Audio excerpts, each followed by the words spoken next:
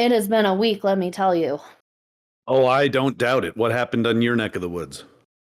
Oh, I was at a funeral yesterday. Oh, no. Yeah, for Gabriel's grandma. She passed 2 weeks ago. Oh, no.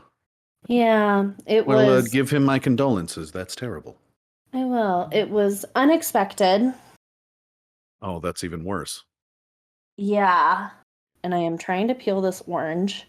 It was in the fridge, so it's a little hard. Oh, I'm one step ahead of you. I actually pre-peeled my oranges, and I'm happy with the results. It worked out well. Okay. I at least have that to look forward to. Sorry, I just had like the weirdest moment. I leaned back and it felt like someone pulled my hair. Did I get caught in the chair? I probably just got caught in the chair and I'm just an idiot.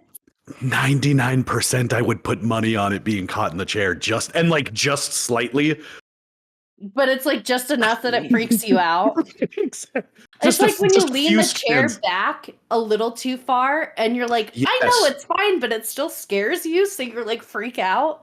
Yeah, oh yeah, there's that little gap where, because you've done it 1,000 times, times, and every time your body reacts like you're about to fall down a cliff, and it's like, it's gonna catch. It's the actual distance of like travel in the back of the chair is like a centimeter at most, but it feels like you're about to tumble down, like a huge ravine or something, and it always catches you. It's kind of like if you ever have those dreams of falling and then you wake up in your bed and it feels like you traveled a long distance, but it's like you're just laying down. But yeah, that is a sensation that I have hated my entire life. It's something similar. If you remember those like swing sets that have that weird like 2-seater swing thing. The boat swing? Is that what it's called? Yeah, where it's like two kids facing each other and you can kind of swing it really far. Yeah, it's kind of, they have like different variations. My neighbor had one where it's just like a net, but like two children could sit inside of it, not adults. Yeah, and if you really could maybe fit. One drunken adult can kind of stand in it and swing like lay across that swing. Yeah, but it's just the back and forth. Right, and it's right when you hit the apex on one end, and that sudden sense of like weightlessness, forward a little bit. Oh yeah, especially if you got enough weight, and you can feel the feet on either end of the thing like lifting off just slightly, and that's like the first semi-adult moment of fear that I remember feeling that like stuck with me, where I'm like, are we about to tip this? Like, are we gonna die? If we go too far on this thing, could we kill ourselves? I had never contemplated death before, but I knew what it felt like in that moment, and we kept doing it too. Like, it wasn't a pleasant feeling, but yeah. How was your move? The move was actually really, really good. That was causing me a lot of stress for quite a while. And I thought that getting the first, because I ended up doing it in 2 days. I really thought the first day would alleviate a lot of stress. And the whole plan was, Lily had very kindly not destroyed anything. She had apparently had a number of people telling her, take out your anger, which I honestly wouldn't have been you wouldn't have been surprised or upset. Like she's very upset with me. I don't blame her. She's going through something really traumatic. I never intended to cause any kind of pain. Yeah, it occurred. All of my stuff is shit. So if she goes through and starts just destroying stuff, if that helps her feel better, I'm okay with it. I should take this as an opportunity to strip some of the crap that I have that I don't need to carry with me. But I did just buy this computer, like more or less just so that we could record confidently, because even though my old computer did work, it would occasionally restart. And so like that was still in a closet somewhere, and I didn't think she would know where it was. So it's like, I could have still had a computer, but I just didn't want her to destroy this one.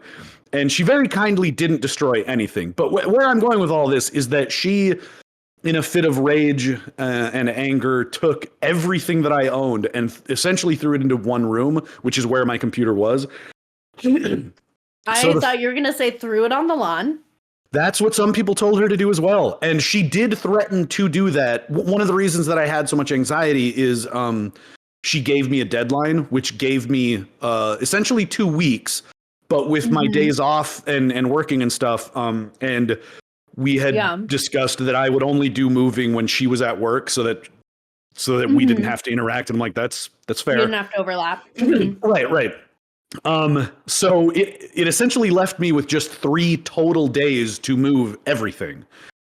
And so I kind of knew mostly what I had, but day one was I knew she had moved all of this stuff into the office with the computers. I had some clothes in the basement and then like a few other little things in the basement. So it's like, I'm going to go over there. I'm going to get the cheapest U-Haul van that I can get. For just a few hours, I'm going to go over there and I'm just going to try to empty out the house. And I'm like, I've got to try to let go of like organizing or trying to keep things safe. I just bought a bunch of giant trash bags and just started filling them up. And shove it in. Yeah. Yep. Shovel it in there. And I got everything out. The only thing that was left was this actual chest of drawers right there. That was in the same room. And I just couldn't really move it on my own.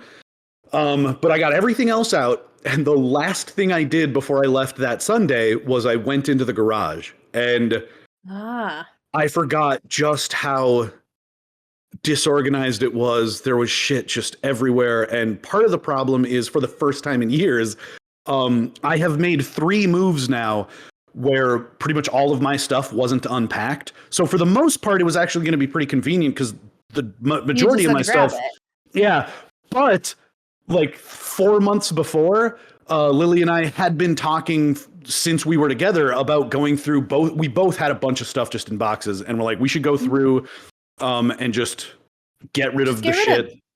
Right. Yeah. So we took a day a while back, and I ended up opening up a number of boxes and just sort of throwing shit all over the place. So I'm like, oh fuck, now I have to put all of that stuff back. But so the long and short of it was I had been dreading trying to move all that shit in the first place and just getting day one completed. And I did, and I got everything out that I wanted to on day one. And I made the mistake of going and looking at the garage because the relief I felt from getting everything out of the house was so destroyed when I looked in the garage. And so for the next couple days, I was just anxiety ridden. I couldn't really sleep because I'm like, how the fuck am I going to get all this done? Because I had basically one more day. And luckily, I got another U-Haul for Wednesday, and I had never gone through this before, but U-Haul you can get everything through them, including moving people. So I just I didn't know you could get people. No, it's really cool. They have, I don't know if they started it or bought it, but when you go through the whole U-Haul process online, there's a section that is movers something. Yeah. And so it's just like you go through these. Just skipped over that. Yeah. And I certainly have too. I don't know how long they've been doing it, but they give you just a list of people. Like it's super easy to use and you just add it to the cart. And then they essentially notify the movers that you have requested this. They contact you and you work out the details. And it's nice. Yeah. So I went with one of the cheapest options. And they seem to be relatively new. They don't have a lot of reviews, but the absolute cheapest one only had like 3 reviews, and I think they were like purchased reviews. They weren't super coherent, that kind of thing. Yeah, I mean, you're trying to get a business off the ground. You got to do what you got to do. But so I showed up Wednesday, and my whole plan was I went to the U-Haul, I got the truck, and I got some of these like plastic boxes that they have. So they're not cardboard things. You just rent them for like $1, and then you have them for a week and you bring them back. And I'm like, I'm going to put everything that's loose in these 8 boxes. I'm going to slide them in the truck and just try to get everything kind of situated so that I can just say all of my stuff is here. Just fill the truck and let's go. So I got these 2 guys for 3 hours. And I get there at about 7:30, and I'm like hyperventilating the whole time, and I'm like scatterbrained. And I'm like, just start filling boxes. I'm like, just grab the stuff. And by some grace of the universe or whatever, I get the boxes filled, I get everything situated, and I've got 15 minutes left. And so I just stand there like stewing in my anxiety, and I'm like, what if these guys don't show up? I don't know who these guys are, really. You know, it was just some dude that I texted. He said they'll be here, and they show up, and they do it in half the time that I expected. They were super nice. They brought, I now live in an apartment with like it's got like one little staircase, and without batting an eye, I'm like, hey, you can put everything else in the garage downstairs. I just need these things upstairs. And they're like, yeah, no problem, man. And they're like, hey, we're here for a little while. Do you want it? And they started moving in more stuff. And so I cannot say enough nice things about it. Next time I move, I'm definitely getting movers. And so needless to say, over the last week, my anxiety has dropped because I just, good. Yeah, that was a long story, but yeah, it was, I think it conveyed my level of stress well enough. Yeah. Moving is always hectic. So. Yeah. And I've never had that kind of time constraint because really my only other option was I had talked to a few people, like Sammy even agreed, like, hey, if you absolutely need me to, I'll come out that last weekend and we can just get everything done. So I wanted Wednesday to be it. I just wanted it to be done. Yeah. And I actually hired the guys for 3 hours and they were done in an hour and a half. And like I said, they were super nice and it was overall a positive experience. Yeah. Good. Yeah. That is good. Because I'm definitely going to bring mood down with this experience I'm going to tell you about. Okay. With today's topic. Oh, well, right. I always kind of forget in the intro, like what we're doing here. Hello, everybody. This is Peculiar Pairings. Thanks for tuning in. My name is Matt. I'm Celine. Welcome. We were riffing for a little bit. So, catching you guys up on moving and shaking and. Well, and with that, I want to take a little bit more time. I'm not going to go into too much detail, but for anyone who hasn't been made aware and doesn't know, I broke up with Lily almost a month ago now. And yeah, and it did not go like I had hoped. The honest thing of it is I haven't really been in many relationships and not one this long. And I have certainly never been the person who broke up with someone else. And the long and short of it is I ended up blindsiding her way more than I thought I would. And it did not go well. So I've not been in a great place over the past couple weeks. And that was then very quickly followed by me putting my dog down of almost 16 years. And that didn't help. And the cherry on top of that is that, of course, I was living with Lily and she owns the house. So I also became homeless and literally didn't have access to my computer or anything. We made the best of it. Yeah. And so for anyone, if anyone's been wondering why we haven't been doing stuff, and me in particular, I haven't been on social media very much, it's because I've been doing a lot of stuff and dealing with a lot of stuff. And the one big upside that I've had from it is that the Postal Service has a very robust and generous support system, including free access to certain amounts of therapy and stuff. So I've been able to I've been able to talk with I guess a crisis counselor a couple times now, and it's been very helpful. And I'm in a new place and looking toward the future. So didn't mean to bring the mood down immediately, but it sounds like what we're talking about isn't exactly going to be a walk in the park anyways. So figure we may as well get that out of the way. Yeah. And I will update listeners on another reason why I have not tried to do anything in the meantime was a death in the family with my boyfriend, Gabriel, and just kind of dealing with some of that. And then My dad actually ended up putting one of his dogs down this past week as well. Lived a very long life, Duke. Duke. Walking with all his swagger. Yeah, just have the most swagger in his walk, always. Well, it's a corgi thing, I think. I didn't know he had a corgi. I should follow more of his stuff on Facebook. So we're not sure what Duke was. We thought some sort of corgi. Mm-hmm. We know for sure a golden mix of some kind, rogue basset hound, and maybe a pinch of German Shepherd. Just sounds like a cute little guy. He had the upper body of a large dog with corgi-sized legs. Yeah, that's pretty much what Samus was. She was a part corgi, part blue healer. And so she had mostly the coloring of a corgi, the legs of a corgi, but a lot of her torso and stuff were blue healer. And she was very cute. And she started having some bad leg problems and stuff, and she ended up having blood come up in like coughing it up and stuff. And so I was just it's I didn't want to be one of those people that would like keep her around longer than she needed to. So yeah, it is always hard, and yeah, it always sucks. I struggle with putting pets down just because I'm an emotional mess usually. Oh yeah. And she had been losing a few steps here and there.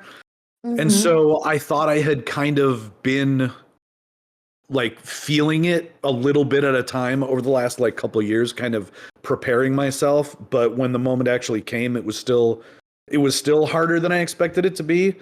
And it's the idea too that it's not like I came home and she had, passed in her sleep, in her favorite bed. Like I'm making an active choice, and it's difficult. Yeah. Not fun. Don't recommend. No, that is the one thing about pets that's always really hard is if you have to make that decision. Yeah. Doing it. It sucks. It sucks every time.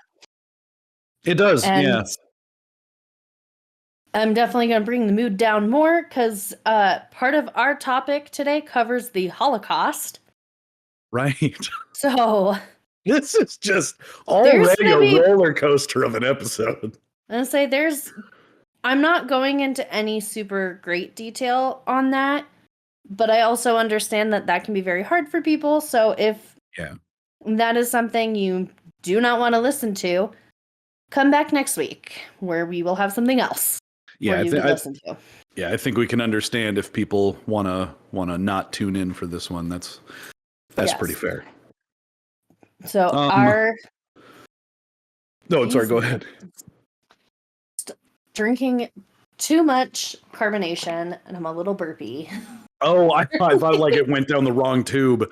And every so often I'm like if I ever accidentally breathe in some water vapor, I always just say like, you gotta try and breathe water every so often, just because you might be that person with the first mutation that allows you to breathe underwater. So it's worth testing just to see. Mm-hmm. Maybe you have the first set of lungs that will also operate underwater like gills. So it's worth trying, It's uncomfortable coughing for a while. I just breathe awkwardly sometimes and then just like inhale wrong. I do that too. Yeah, I have a weird tendency to just somehow accidentally inhale my own saliva, and it's and it's really uncomfortable. Yeah. And it seems like just about everyone that I ever talk about with that or do it in front of is just really confused because they're like, I've never had that happen. And it's like, oh, okay, cool. So it's just me then. Nice. Yeah, glad I'm breathing incorrectly. Thank you. Threatening my own life. I'm gonna take myself out. Yeah, I'm done. Let me just inhale incorrectly. With that in mind, I'll give ourselves a little bit of info on our pairing this week. I wanted to do something that was related and in some way kind of honoring people that we're talking about. And I'll start with the drink. The drink is less honorable and more a direct FU, so to speak. The drink is actually called the Spiced Spencer Punch. And I didn't realize this, but it's based on like a current day. I think he's like an American TV or like YouTube conservative pundit guy. And he apparently got punched in the face on camera by someone in like New York. And he's apparently like a neo-Nazi. So some bartender in Alaska came up with the Spiced Spencer Punch. And it sounded great. This is from brokeassstewart.com, and it is described as the Russian vodka base reminds of our impending fascist state. The coffee keeps you alert. The triple sec keeps the lingering taste of orange regrets in your mouth in case for a second you forget how we got here. The ginger reminds you to keep watching for the overly pale and spiced simple syrup to warm you up because the world is a cold, hard place full of hatred and bigotry, and in my case, snow, because this person was in Alaska. But I wanted the drink to be kind of an anti-fascism sort of punch to the Nazi face. I like it. And if I can say anything about this drink, it it feels like it punches you in the face. It does. It is strong, and I like it. Okay, good. But it is also like, I probably would only make this for myself. Yeah. And it's just because it is strong. And it's very strong. Well, and this doesn't really specify. The one thing I really regret about what I researched for this drink is they are really, and this is kind of a list in this particular article of oddly enough, like I just searched for like anti-Nazi cocktails and I found this list. Yeah, it works out pretty well, but they don't specify like exactly what they're going for. So they don't really say if this is meant to be like a cocktail that you enjoy throughout the evening or if it's supposed to be as a single shot. It looks like it's at least a double shot just based on the ounces that they have, but it's half. It's like one shot of general liqueurs and then the other shot is just straight vodka. And then the recipe just lists half an ounce of ginger. It doesn't say ginger ale, ginger beer, ginger root, ginger extract. So I wasn't really sure. I even did some research. Powdered ginger in there? That's what I did. That's what I literally sprinkled powdered ginger in there. I experimented over the last week with like varying amounts. I finally ended up doing kind of like a double batch of it in a shaker and then filling the rest of it up with water. And that seems to have done okay. I've gotten it to the point where it tastes kind of like a flat ginger ale. But yeah, the first time I made it, I don't think I would have ever ordered it again. So it definitely feels like a kind of drink that you, like if you're going out with your buddies, you want something to kind of jumpstart the evening. You're like, yeah, let's start with the Spencer punch spice and we'll kick off the evening well. So that has been more rough than I expected it to be, but it's worked for this evening's purposes. It has. And what is the thought process behind the orange? So the pairing is just an orange. I looked up a couple websites, one being Chelsea Sambles, I think it is .com, and then AISH.com. There is apparently a lot of history to demonstrate that the Jewish community as a people had a lot to do with like disseminating oranges throughout the world, dating back to... I wouldn't have known that. Yeah, oh shit, I should have opened up these articles. But I think it's dating back to like the 1600s even. Oh, shit. So it has been something that they kind of carried through to the modern age and has been kind of synonymous with Jewish people as far as I've read. If anyone can correct me, please go ahead. But it seemed like something that would be to kind of any people accessible and like a simple treat. And I was struggling with finding something that was like kosher and seemed to kind of do justice to the people that it's representing. And I don't know, somehow a simple orange just felt right. And as I'm eating one now, I kind of forget how much I like them, and they're just really sweet and refreshing. Oranges are very good. I love a good orange. I do too. So with all of that being said, what is the official topic this week? It is what is colloquially known as the Holocaust Avengers. Their actual title is Nakam. I think I'm saying that right. So my sources today are Wikipedia and Encyclopedia ushmm.org. And the idea, and it's going to get dark right away. Okay. Is that we're talking about the Holocaust, so I suppose that's fair. It's a paramilitary organization of 50 Holocaust survivors who sought revenge against the German people for the death of 6 million Jews. Yeah. And this group was led by Abba Kovner. And the idea behind them, this is where it gets really controversial, is that it's kind of an eye for an eye type of deal. Mm-hmm. And that their goal was, you killed 6 million of our people, we're going to kill 6 million of yours. Okay, I see what you mean. Yeah, that can... at the very least, you can say they do live up to their name. I mean, I do feel like that's what someone avenging 6 million people would think to do.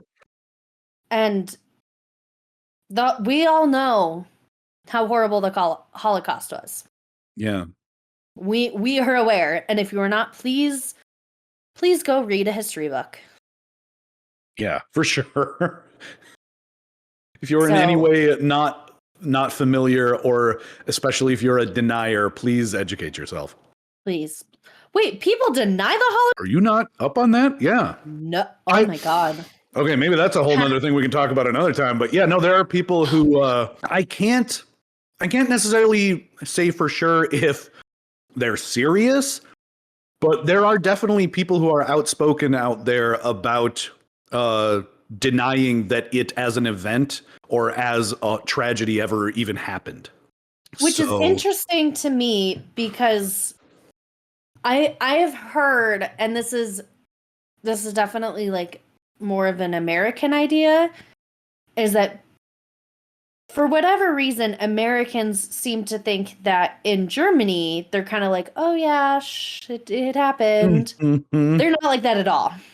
Oh, they have tons of memorials for the Holocaust. Like, they have them in Berlin. They have I think they have them scattered all over the place. Oh, okay. I think to this day you can still go and actually visit Auschwitz. That was one that I was aware of. I believe they have preserved it as like in the age it was left. Memorial site. Right. Yeah, there's I was talking to Gabriel about this actually. There's one in Berlin that it's in the ground, and it's like this glass window. I'll have to put a photo of this because I do actually have it on Instagram for everyone. It's empty bookshelves, because one of the first things they did was they went to the schools and colleges and they burned all of the books. Yeah. So they have that because they're like, this was like the true beginning of where things went badly. Mm-hmm. When you start to burn books, things go downhill. Basically. You're genuinely like trying to control all knowledge and making sure that people can't learn and aren't educated and stuff. Yeah. They're very like, no, we have to talk about this. We have to be aware of this because they don't want it to happen again. Yeah. And there's one other one that I went to when I was there where it's these gray, like, I think it's marble, just like slabs of stone. Mm-hmm. And you just like walk through it. And as you go into it, it dips down. And then like suddenly you're in this gray, bleak area where you're towered over by these tall, like menacing blocks, essentially. Oh, yeah. And the idea is that it's supposed to like express oppression and like the oppression of the Jewish people. So it's supposed to give you that sensation of being less than, essentially, like you're a huddled mass in this pit, and they don't care. Yeah, and that one in particular, people will yell at you if you're not supposed to sit on the like cement blocks or anything like that. You're not supposed to sit on them, stand on them, climb on them, any of that. And people will yell at you for it. They'll be like, they'll just like scream at you in German, and you're like, please don't yell at me. I saw it happen to other people, and I'm like, and you see it, you see it happen. Yeah, you see it happen. You're like, I don't want that to happen to me. Don't let me sit on the blocks. My feet hurt, but I gotta keep going. Our tour guide, when I was there, told us not to do that, so nobody made that mistake. But then I watched other people who didn't know do that, and I'm like, yeah, better you than me. Yeah, but they are very involved in like making sure the story is told, which I love. Yeah, that's good. I won't deny that I was definitely one of the people that I thought that it was kind of hush hush, like nobody talk about it. I was definitely under that impression. No, they're pretty open about it. And same thing with like the Berlin Wall. They still have part of it preserved. Oh yeah. And like they still have like Checkpoint Charlie, which you can go and get your passport stamped there, but it's also a place where you can easily get your passport stolen. So I don't know if that's the best idea. Just there's a lot of like pickpocketing and stuff that happens like right there. Oh, I got you. Yeah, little bit of a roll of the dice there. Yeah, do it at your own risk, or take an old one. Yeah, maybe. I'm sure they'd still stamp it for you if you ask nicely. So overall, sorry. No, I was just gonna say I only have one passport. I don't know where it is, and I've never used it to go anywhere. So that I don't think that'll ever be a problem for me. I'm pretty sure mine is expired. I need to renew it. I was actually pleasantly surprised that I did find it a while ago, and now with moving, I have no idea where it is again. And I thought that it was a lot older than it was, but I think I still have like 5 years left on it. Oh, nice. Yeah, that's pretty good. I should go somewhere. Damn it. You should. All about it. So the idea of basically you ruined the lives of so many people. Why don't we do the same to you? Yeah. We will avenge them. Yes. They very much wanted revenge, which is the meaning of the word Nakam. Means revenge. Okay. That's fair. Just putting it all out there for everybody. So, we're not going to try to hide our motivation. Yeah. And the leader of the movement, Abba Kovner, or Abel Kovner, went by Abba. He was a Polish Jewish partisan leader. So he, at the time was very much like involved in politics and being a leader in society. He was born on March 14th, 1918. And he was born in what is modern day Ashmayani? Belarus. He was born in Belarus. Okay, so you're on your own with this one. I don't have any context of any kind. I'm really sorry if I butchered that name for anyone in Belarus. I think it's the right call to just stick with Belarus. Yeah. He was one of 3 children. He had 2 brothers, Gedalia and Michael. I think I said that first one right. You probably don't have to double check the last name, but good. Oh yeah, gotta double check how to say Michael. Yeah, stumbled a little bit on Michael there. I did. Yeah. Then in 1927, the family moved to Wilno, which is modern day Vilnius, Lithuania. And he was educated at the Hebrew Tarbut Gymnasium and Stefan Batory University, in which he studied faculty arts, which is like woodshop, blacksmithery. Oh, that sounds cool. I was curious about what faculty arts were. Yeah. Yeah. I figured you would probably ask me about that. So Perfect. I should write that down. Like, then you're preempting my stupidity. Like, he's not going to know what that means. And I definitely Wouldn't have did known not. what it meant if someone was just like, yeah, I studied faculty arts. I'd be like a teacher? Right, yeah. So like I was learning how to be it's I was what you learning how study. to be a faculty member. Yeah, it's what you study when you are aiming at being a substitute. You're like, I just need to know the faculty arts so I can kind of corral some kids. I can stand in for a gym class. I can put a record on for a music class. I can put a tape on for any other class. And I can tell kids to read certain pages if I'm doing like an English class or something. So just a few faculty. I know how to reset the coffee maker in the faculty lounge. Faculty arts, Faculty arts, Yeah, the arts. I know how to send someone to the principal's office. Yes, correctly. I know how to monitor kids on a jungle gym. Not help them, just monitor them. Just monitor. Right. Yeah, I haven't gotten to that level. I don't have my doctorate in faculty arts. I can't do that, but I have just a general degree of faculty arts. Well, that was a stupid tangent. I had way too much fun with the dumbest part. Please continue. So during his studies, he became involved in an activist group called the Socialist Zionist Youth Movement.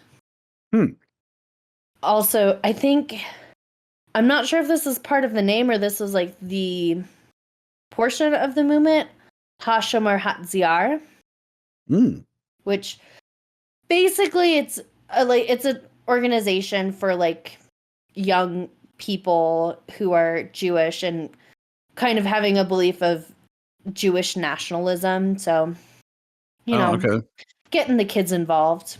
Keeping them out of the streets. And I think I missed it. How this was when he was in college? So this was 1927. So okay. So he's was not like even 10. A child. Yeah. Okay. Yeah. So this was him in his youth, in his younger days as a youngin. Wow. Yeah. So he got active real early. Yeah. Well, I mean, I feel like they're usually Jewish communities are pretty big on education and. Well, and I suppose it's not like he's fighting the power. It's just a community group. They want them to be involved with their community and be proud of it. So yeah, I got you. Yeah. So then after the 1939 invasion of Poland, which is near where he lived, that area then became occupied Soviet Union. Oh. Okay. Yeah. So I think where they were is like it's near Poland, but it's still in Lithuania. And then that section was then occupied by the Soviet Union. Okay, yeah. And then in 1941, Nazi Germany invaded the Soviet Union. So then they were all forced into the Vilna ghetto, which is just the specific name of the ghetto that they were in. And at that time, he actually managed to hide with some friends in a Dominican convent, which was headed by Polish Catholic nun Anna Borkowska. But that did not last long, as he then ended up in the ghetto a short while later.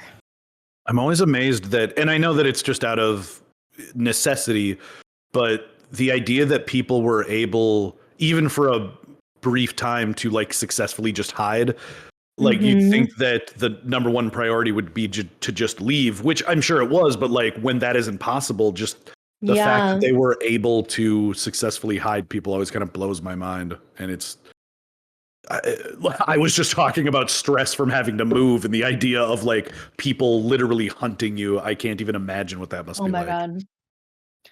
Horrifying. Absolutely horrifying. To say the least, yeah. Yeah. And while he lived in the ghetto, he had concluded that with just kind of the activity and stuff that was happening, that in order for them to have any sort of like return to normalcy or revolt against what was happening, they had to actually fight instead of kind of being more pacifist and being like, oh, like, no, like, don't make waves, just like things will work out. Keep your head down, do what they say, get through it, it'll be fine. Yeah, he's like, no, like if we're gonna get through this, we have to actually stand up and we have to fight these people, like with our fists. Right. Yeah. Punch them in the face. Like we're gonna. I don't mean actually use force to fight. Right. I don't mean we stand up and have a strongly worded lecture at them. I mean we have to. Yeah, we have to take up arms, literally fighting our way out. Yeah, and then in that, he ended up releasing a manifesto. We love a good manifesto. Classic. I know, which he released at the start of 1942. Okay. And I was not very clear as to how he found this out exactly, just because I know the rules with the ghetto were very strict. So I was like, how did he even get this information? But he basically either kind of put 2 and 2 together and was like, people are leaving and they're not coming back. Oh, I see. He started kind of picking up on the idea that they're not just things aren't going well. Away.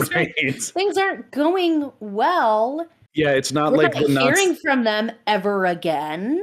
Yeah, they're not like being just excommunicated somewhere else and like, yeah, we're in Mexico, we're having a great time. No, they're like, no one hears from them ever. Yeah. So in his manifesto, it ended up being one of the first instances in which a person targeted in the Holocaust actually recognized Hitler's motivation to kill all Jews. Oh, okay.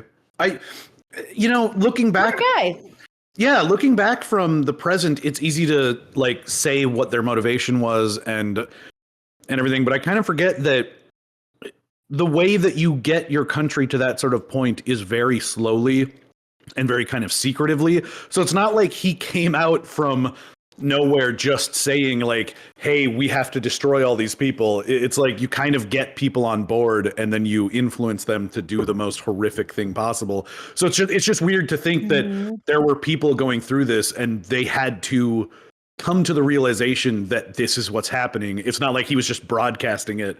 And I'm not sure what's really scarier, like it'd be one thing if they were broadcasting that and you were trying to run against it. But like the idea of being in that situation and thinking like because you presumably have an idea already of what the worst possible outcome could be. And then you have this realization that it's even worse. And that would be so terrifying.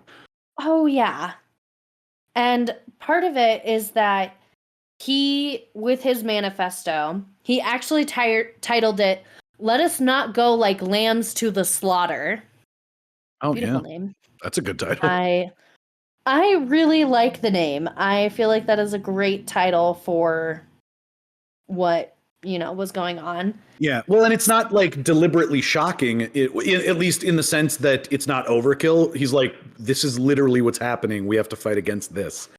So like it is definitely shocking for anyone reading that, but he's like, yeah, I'm using that kind of language in that sort of title this because is exactly what's happening though. Yeah, he doesn't have to exaggerate. It's that horrifying. Yeah. And he was raising a lot of hell about it. And one of them in particular was just about people being murdered in mass. And a specific massacre called the Ponary Massacre, which happened over the course of, I think, like a month. Oh my God. And over like 100,000 people were killed in it.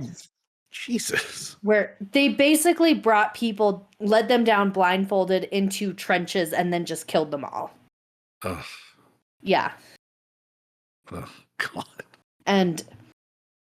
But the thing is that it's still early enough and people are so unaware of like all of this stuff that they're skeptical about it. Well, and especially or they're really scared. Yeah. Well, and especially that day and age, it's so easy for us to get wrapped up in the idea of how quickly information moves these days. But back then, with the limited technology, and they are being deliberately suppressed and like prevented from communication or anything, like it's easy to understand how like such horrific acts could go unknown for a while, and then you start hearing these kind of rustlings and rumors, and you're thinking, well, that can't be true. That can't possibly be true. That's too many. Like they couldn't do that, and it's like, no, it's real. And then you got someone like this gentleman who starts trying to rally the people because he's like, you guys, we have to wake up to what's really happening. We have to fight our way out of this. Yeah. So it luckily for him, he was able to survive. Yeah. And in 1945, he was actually able to visit the site of the Ponary massacre and the internment camp at Majdanek, and actually met some other survivors like from Auschwitz in Romania. And upon meeting these people, was like, this is fucking bullshit. That seems fair. Yeah. In so many words. Hands. Yeah. And ended up recruiting about 50 Holocaust survivors. Wow. And some of them were people who were from the Soviet Union, as well as people who were in various ghettos and managed to survive long enough. And thus the Holocaust Avengers were born.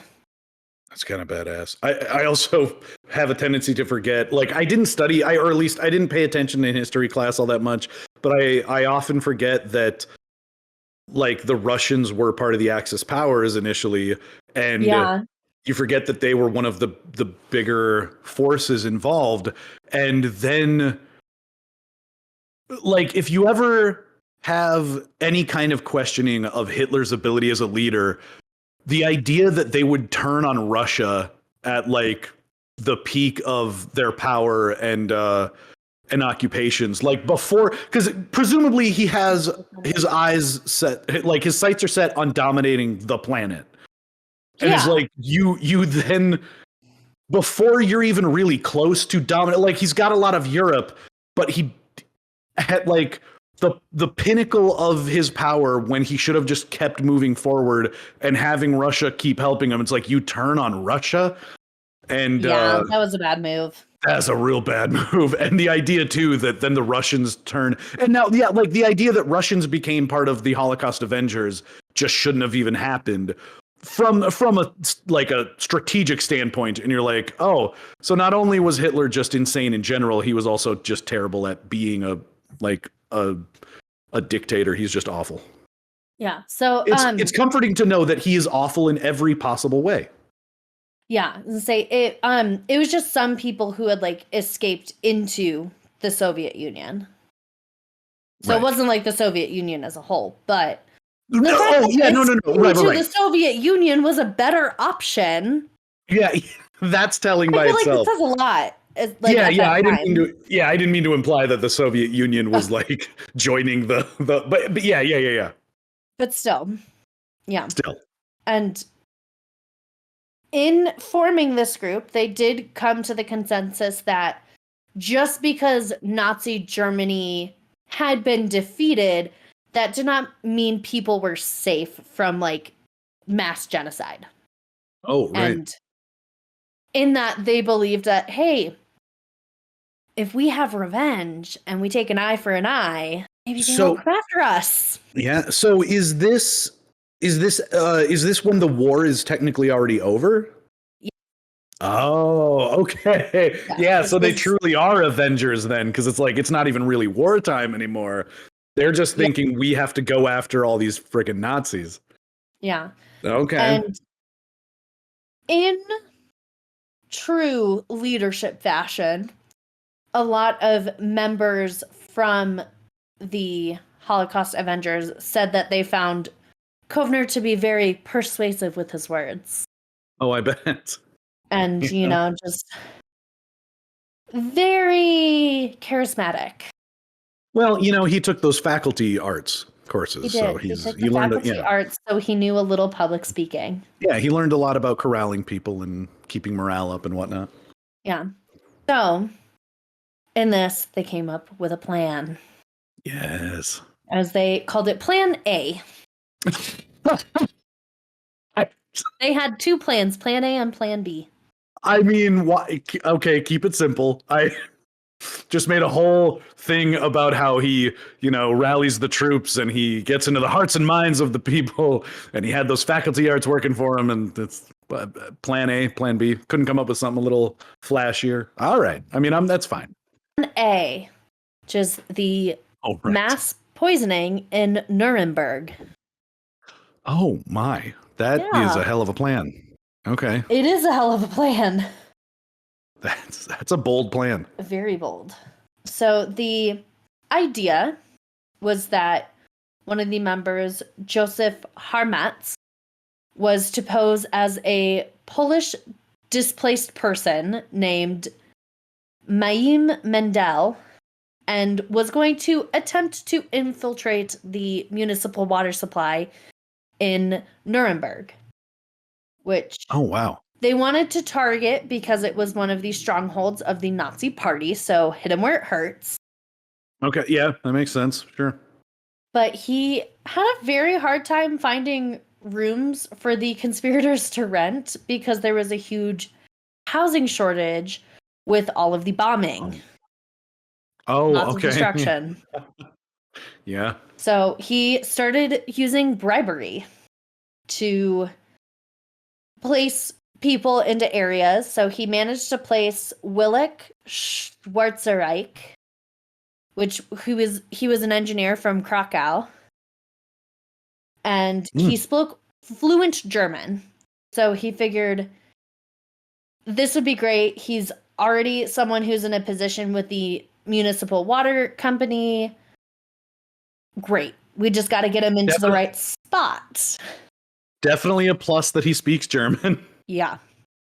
So he obtained a plan of the water system and knew where the control of the main water valve was. And basically they had everything ready for them. And they were all ready. Well, good. But sensing oh no. In some of this, so they got all of the people in the right place, which is they had people over in Paris doing some underground stuff and making sure this all was going to work. Wow. Okay. Is Nuremberg close to Paris? Like for the simple execution of the one event that's going to happen on this particular evening of poisoning a water supply, I feel like Paris isn't exactly inherent to the plan. Yeah, it's so part of it is that they had people in Paris doing more intelligence type work. Okay, gotcha. They needed to be in Paris to obtain the poison, is what it sounds like. Oh, okay. Gotcha. Yeah, no, that makes sense. So, and that's the job that fell to Kovner, was to get the poison. Gotcha. And he was supposed to do it from various people. He disguised himself as a Jewish brigade soldier on leave. And basically, he got to where he was supposed to go and was getting introduced to all the right people. And then people were like, hey, I'll give it to you if you calm down a little bit and maybe make this plan a little smaller. Okay, you got to leave our name out of it. Well, okay, so it feels like part of his problem was letting too many people in on the plan. You're supposed to gather small amounts of poison from multiple sources, and then you pool them together with as few people involved as possible. You don't tell people in Paris, hey, look, we need a lot of poison because we're going to kill a bunch of people in Nuremberg. How's that sound? No. I don't think that's a good plan at all.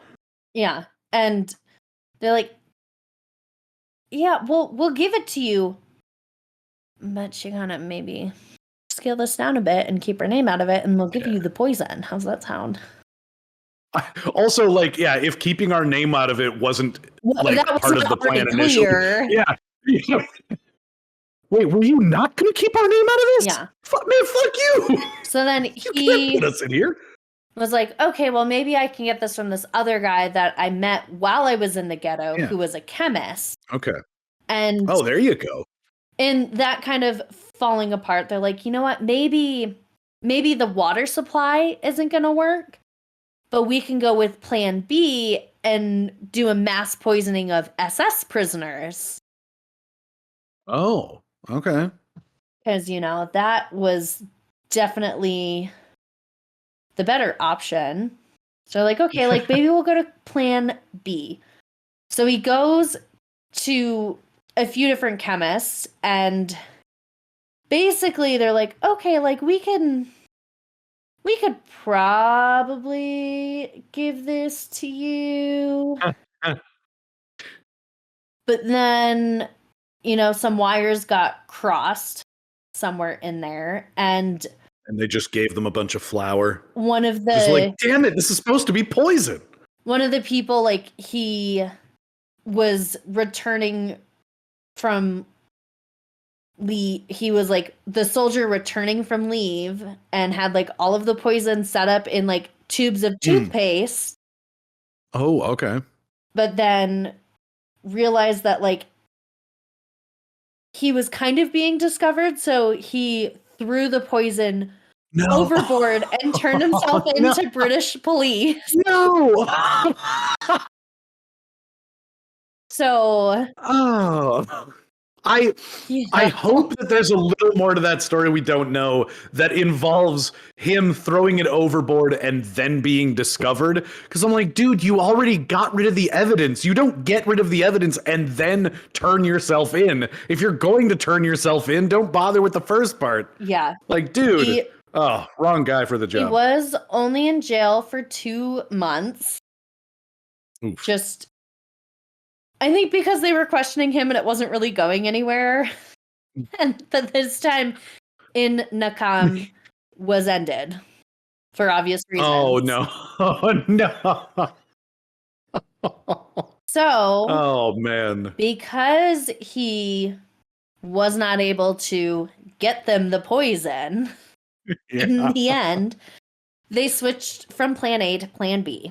And they're like, okay, well, months wasted. Great. Yeah. Oh, no. Love this. I see. Okay. I thought that was the end. I thought that was the culmination of plan B.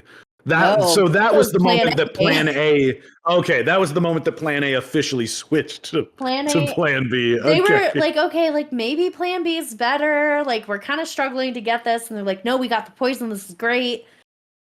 And then had to switch over to plan A because the guy freaked out, threw it overboard, and then turned himself in. I just feel like you could see somebody on the phone like, okay, so he got the poison. Nice. Mm-hmm. It's on the boat. Yep. They're coming into port. Perfect.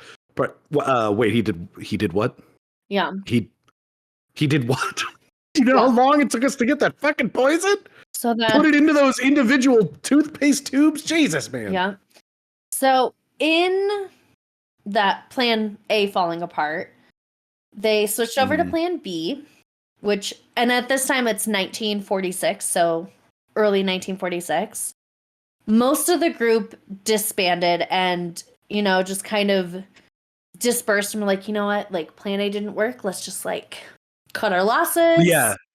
Right. We're not in trouble. Nobody's discovered anything. Yeah. We thought this was a good, like they had just enough nerve to try one plan. Yeah. And it fell through and they were lucky enough to like not be discovered. So they're like, let's just end it. We're done. It's over. Yeah.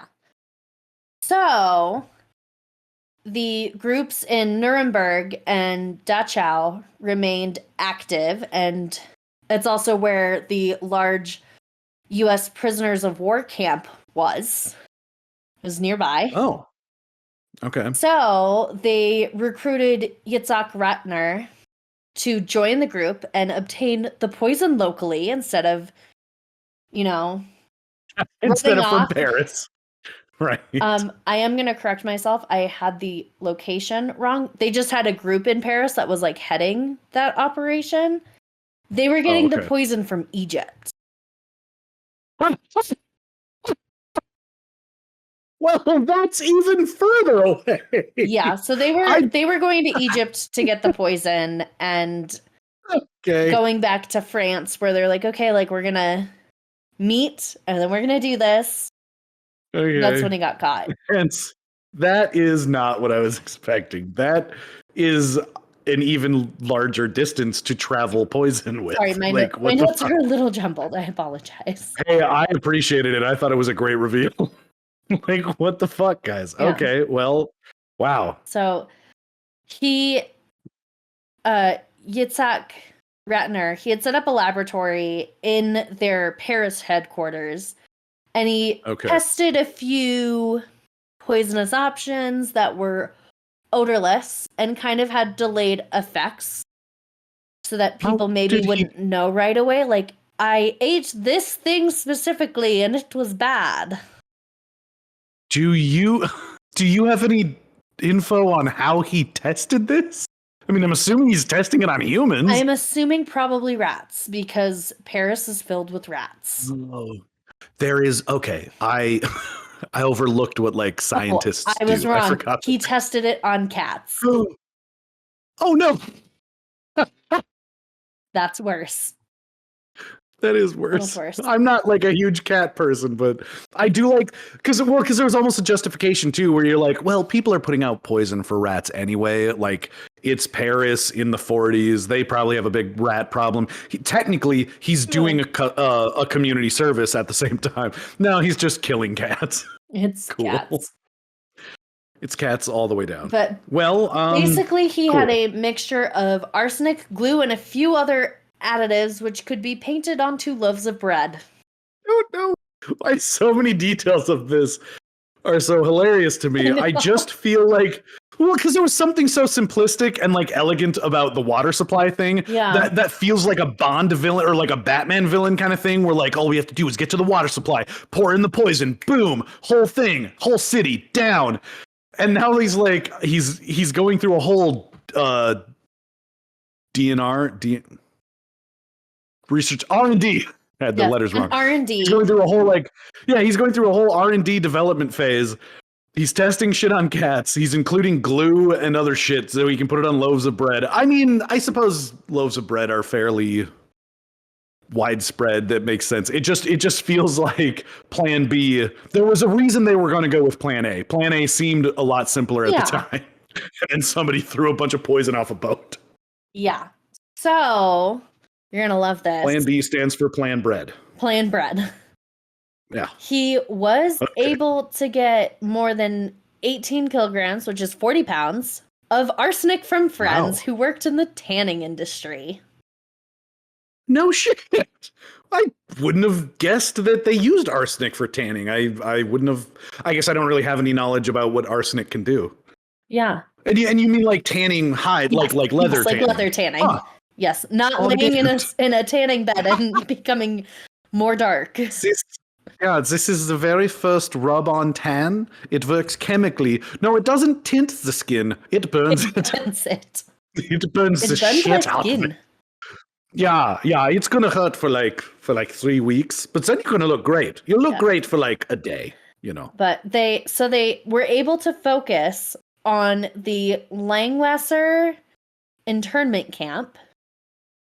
Okay. Which held 12,000 to 15,000 prisoners who were mainly former SS officers and prominent Nazis. Okay, and they were that feels like a pretty good target. Oh, in Germany? Yes. Oh, all right. Really, that was in Germany. If they got poison from Egypt, they're planning it in Paris, they're doing it out of Nuremberg, and then they have to go to the U.S. to kill a bunch of Nazis. I'm like, you guys, man? Yeah, Plan B now stands for Plan Bad. Okay, you gotta just simplify some shit. Okay, it just happens to be like an American base in Germany. Yeah. They're gonna try to. Okay, gotcha. Yeah. Jesus. And.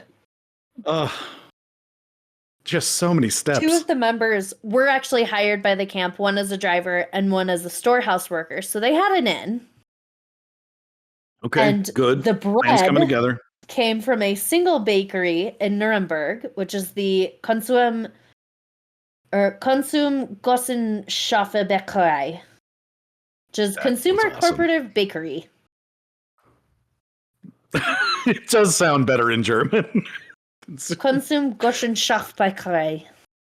Yeah, my accent is terrible, but that's okay.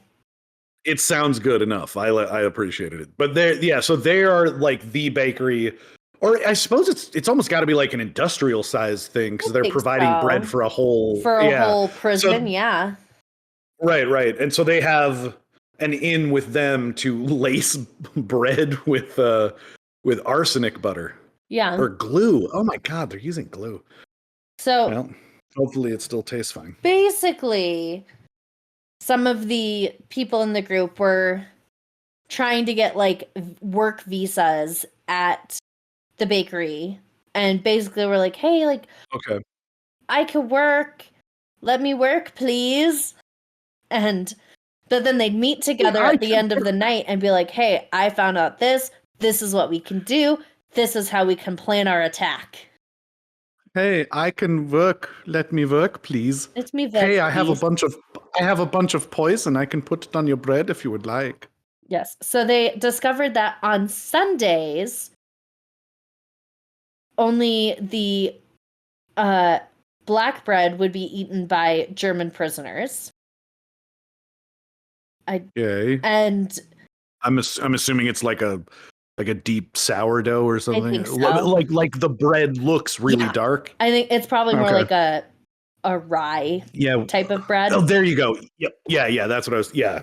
That really kind of sour. Yeah. Well, you all know how a rye tastes. Yeah. Gotcha. But then that would only be eaten by the German prisoners because the American guards were given a specially issued white bread. So they decided, okay, like we will plant the poison on Saturday so they all eat it Sunday. Because then the Americans aren't involved because they're not going to eat it. This is great. And it's the Lord's Day. It's the Lord's Day. It's fitting. Day. Yeah. You're not supposed to work, but we're going to work you. So then, a few days before the planned attack, Reichman received a tip-off from one of their Jewish intelligence officers that the United States Army and a few operatives were wanted by the police. What? That this could cause like issues with like security measures at the prison. So they're like, okay, like these people are like shit's kind of going down. This is turning into like a 90s comedy heist movie. If you're going to plan your attack, you got to do it one and done, kind of. Yeah. Because, like... Keep saying, like, you got to simplify. They keep making this too complicated. Yeah. There's too many steps. There's too many moving parts. There's too many people involved. Now you got American... just to clarify, are these... is this just like a sudden happenstance? They learned from the U.S. Army that 2 of their operatives were wanted by police. Oh, okay. Gotcha. Yeah, so it wasn't that the Americans were in trouble, but the Americans told them that their buddies were in trouble. Oh my God. I think just kind of making casual conversation like, oh yeah, like this guy's like wanted by police, like in the way that people do with true crime stuff, and they're like, hey. Yeah, exactly. Right. They're just joking around. Hear about this? These underground Holocaust Avengers start sweating and they're like, "Oh, you don't say. Is they're being held. God damn it, that's the poison guy. It always falls down with the poison guy. Why the hell can't we just get these fucking guys who can keep the poison?" Yeah. Fuck. So with just some of the people like being wanted and stuff like that, they're like, maybe we should increase security a little bit, but their biggest thing was food theft. What? At the base, their biggest problems? Yeah. Oh, okay. So I mean, I guess that makes sense. Okay, well, if we're trying to like poison the food, this might be a little harder. So they were smuggling the arsenic in over several days and hiding it under raincoats and then stashing it beneath the floorboard. Oh my God, just every step of the way. Yeah. This guys, at a certain point, just give up. Yeah. And then because they wanted to make sure that everything reached the bread versus like having slices, they put it on the bottom of the bread because they thought it would be the least detectable. Right. And that it would make sure every single piece got some versus being like, oh, I don't know if I put enough on it. Maybe this piece can get any. I can't help feeling like this part of the plan is not going to go as they expect. Oh, but then on Saturday, when they were going to do it, the bakery striked. Oh, no. Okay, Celine, stop playing with us. This is just a shitty movie script that someone's been trying to get made. I wish I could make this up, but it is like the amount of things that is happening is like insane. Oh my God. So they break into the bakery. Well, so this just prevented them from, getting all of the bread from the bakery and like painting the bread.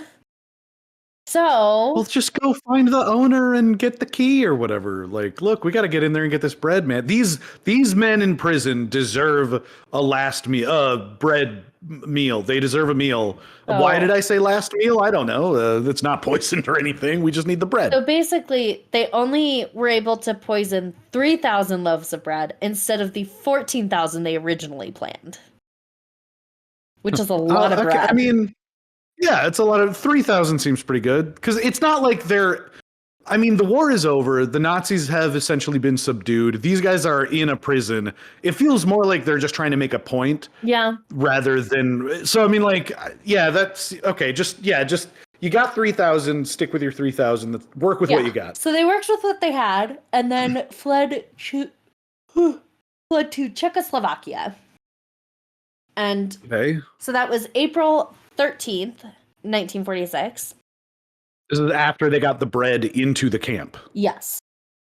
Okay, because I'm like, they're adding another step. They're going to Czechoslovakia. I got you. Okay, so they have essentially... They poisoned the bread, went to Czechoslovakia.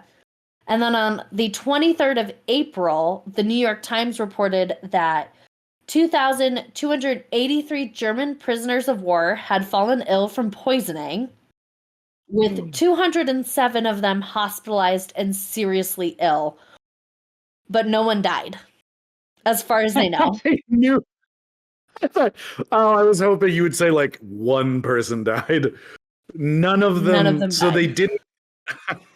So they didn't even use that much poison. No, they didn't use enough. Oh my God! All that planning, all those steps, all that glue and arsenic. Yeah. But they did find enough arsenic to kill approximately 60,000 people. Oh my God, what? It is unknown why they failed, but it's suspected that they just didn't give them enough. Or the prisoners didn't eat enough. That's true. Yeah, I mean, I suppose if they're just eating like a corner of the bread. I have heard, though, that arsenic is, if I'm not mistaken, the most like potently poisoning thing, just poison in general. Jesus Christ.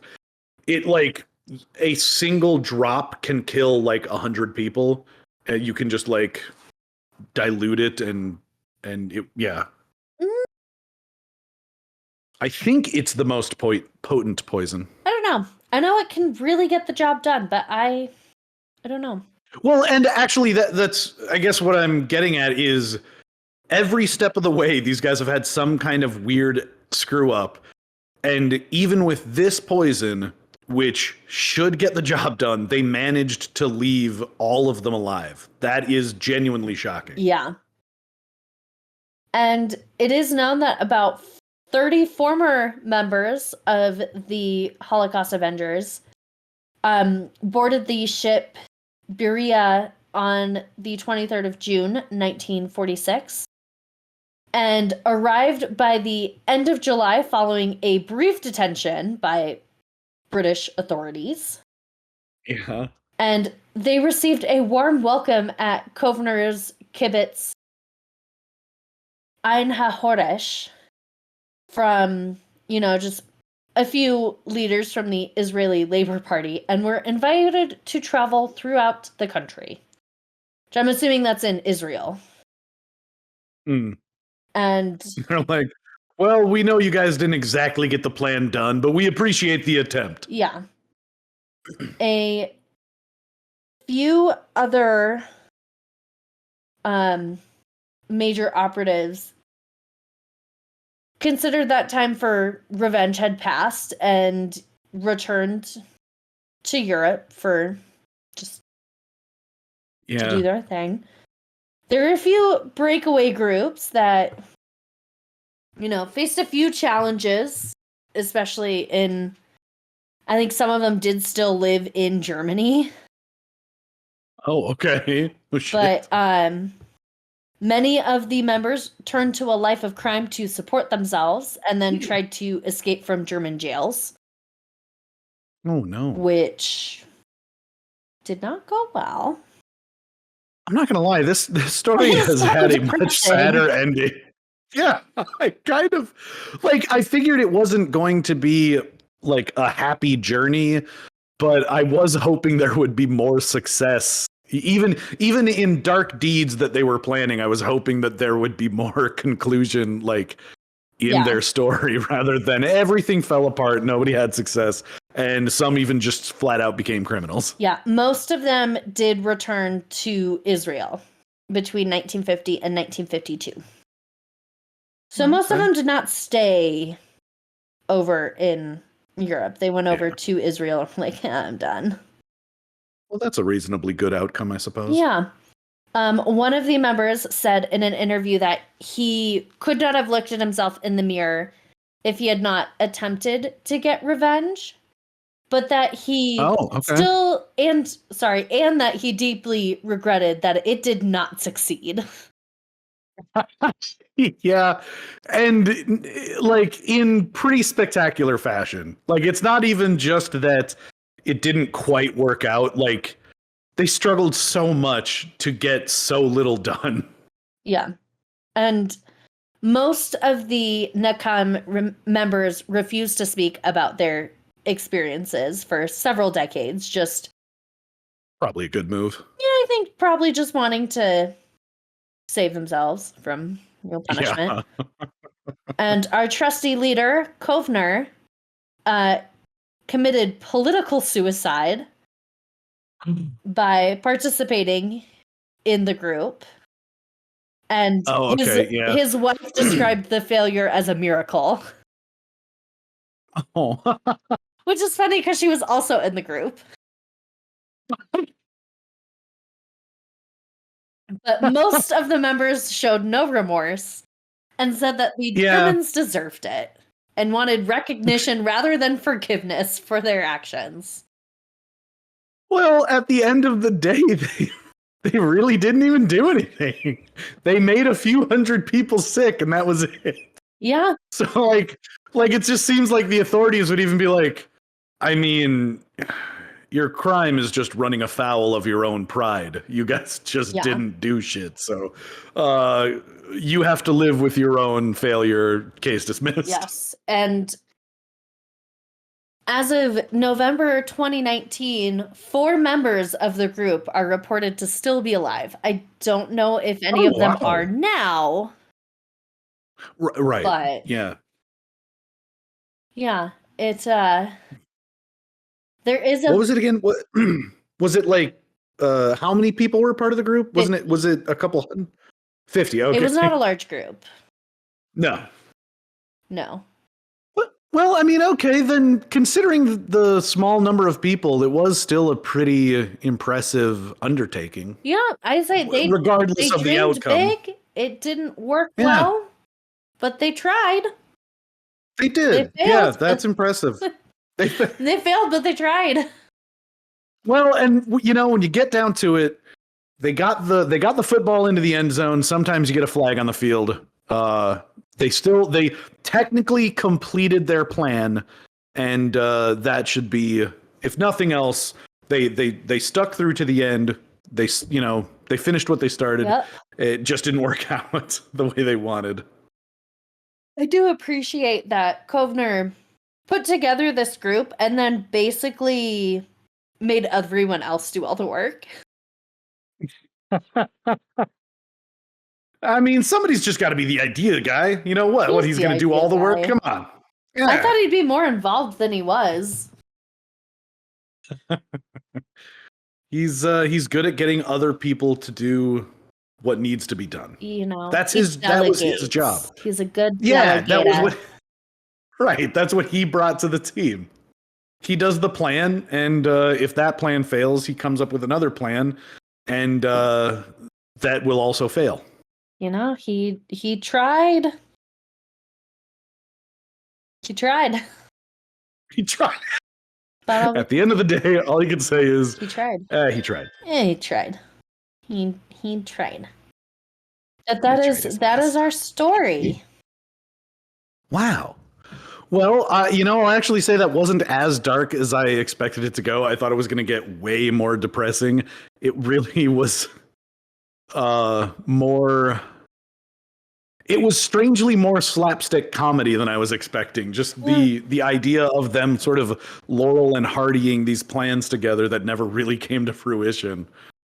But I can't deny their gumption. I mean, they are trying to take on this huge undertaking with just 50 people. It's pretty impressive. It is very impressive. They tried their damnedest. Yeah, stretched all the way to Egypt. I don't know why they would go all the way to Egypt to get poison. That does seem like, because I was already guy. Yeah, he lives over in Egypt. Yeah, and it's like cool. We just gotta hop a couple seas, bro, and then we'll be there. We're gonna get it. Wait, we're already organizing this shit out of Paris. Why do we have to go to fucking Egypt? Yeah, dude. No. Best part is we're not even gonna get the poison. Best part is I'm gonna turn myself into authority. I can't believe he turned himself in. I mean, just throw it overboard and see how it goes. You don't have to turn yourself in. Yeah. Wow. Jesus Christ. What a way. Well, if you have any suggestions for what we should try to pair, or what we should, a story we should try to talk about, you can email us at peculiarpairingspod@gmail.com. You can contact us on Twitter at peculiarpairpod, or at Instagram at peculiarpairingspod, and check us out on Patreon. Why not? Haha. Woo. Yeah. Yes. Well, it's been kind of an up and down. Our snack before we go. I was jumping the gun a little bit. I forgot. So first of all, oranges are awesome. Yeah. They're not. This is another one where we didn't really have to do a lot of preparing, which worked out for our current recording situations. But I'm gonna give. They're not like super sweet. They're a decent snack. I'm gonna give the oranges a 6. They're just basic oranges. I picked them up at the grocery store. I'm going to give the drink a 3. It's, I really tried to find a better ratio than what the actual recipe was, and I just don't think it's for me. Aww. I think part of it was I kept adding way too much ginger. I think if I was going to make it again, I would try ginger ale.